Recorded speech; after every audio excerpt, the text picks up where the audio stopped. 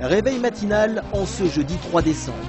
Il est 8 h lorsque nous arrivons sur la piste de glace de l'Alpe d'Huez. Les deux Fabia du Team Skoda nous attendent pour une séance d'essai pas comme les autres. Mais avant de pouvoir monter à bord de ces bolides, Jean-Pierre Béchu, le team manager, tient à nous faire un court briefing. Vous savez, je vous confirme qu'il y a une course dans 2 jours. Donc, le monsieur il est bien stressé. Je suis un petit peu plus stressé que vous.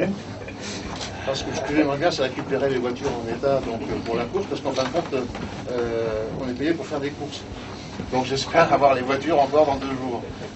Le ton est franc, direct, c'est clair, il ne va pas falloir sortir des clous. 3 pilotes ont la gentillesse de nous servir de guide aujourd'hui. Olivier Panis, ancien pilote de Formule 1, Grégoire de Moustier, jeune espoir de la discipline qui a eu son permis de conduire à peine une semaine avant cette rencontre, et le champion en titre Jean-Philippe Desraux.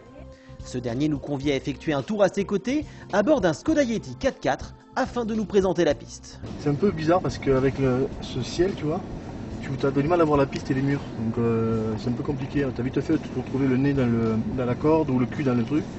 Donc c'est pas évident la piste aujourd'hui. Même si elle paraît large, quand tu es en travers, la voiture fait 4 mètres, tu peux vite te retrouver dans le mur rapidement. Faire gaffe. Malgré tout, et c'est bien normal, personne n'est vraiment rassuré à l'idée de nous voir prendre le volant de ces bolides du Trophée Andros.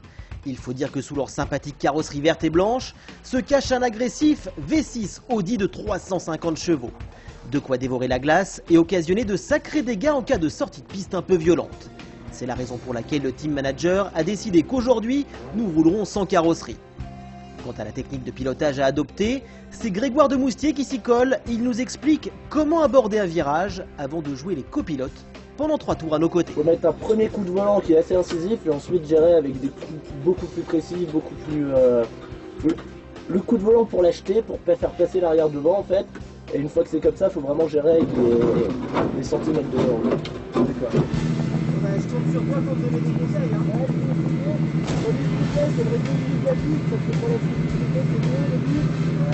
Et pas dans les plus forts, parce que c'est plus surprendre.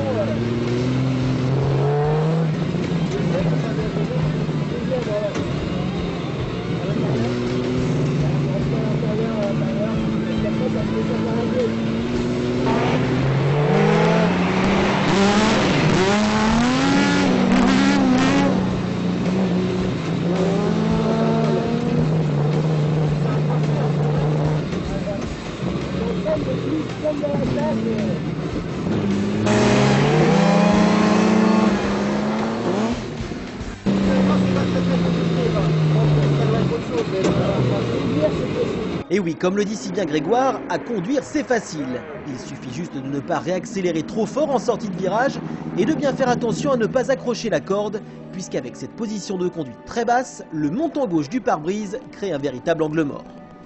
Cette Skoda est donc facile à conduire, mais pour la piloter, c'est une autre histoire. Il faut beaucoup de talent, et ça tombe bien puisque Grégoire de Moustier, Jean-Philippe Desraux et Olivier Panis en ont à revendre.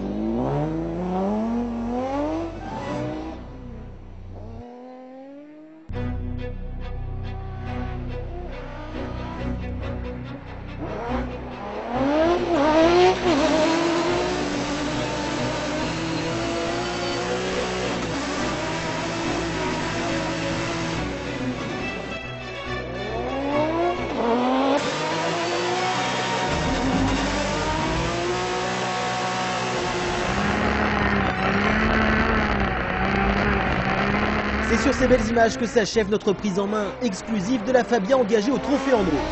L'occasion de remercier l'ensemble de l'équipe Skoda qui, malgré les risques, a accepté de nous laisser conduire leur voiture. Une opportunité rare qui fait office pour nous de vrais cadeaux de Noël.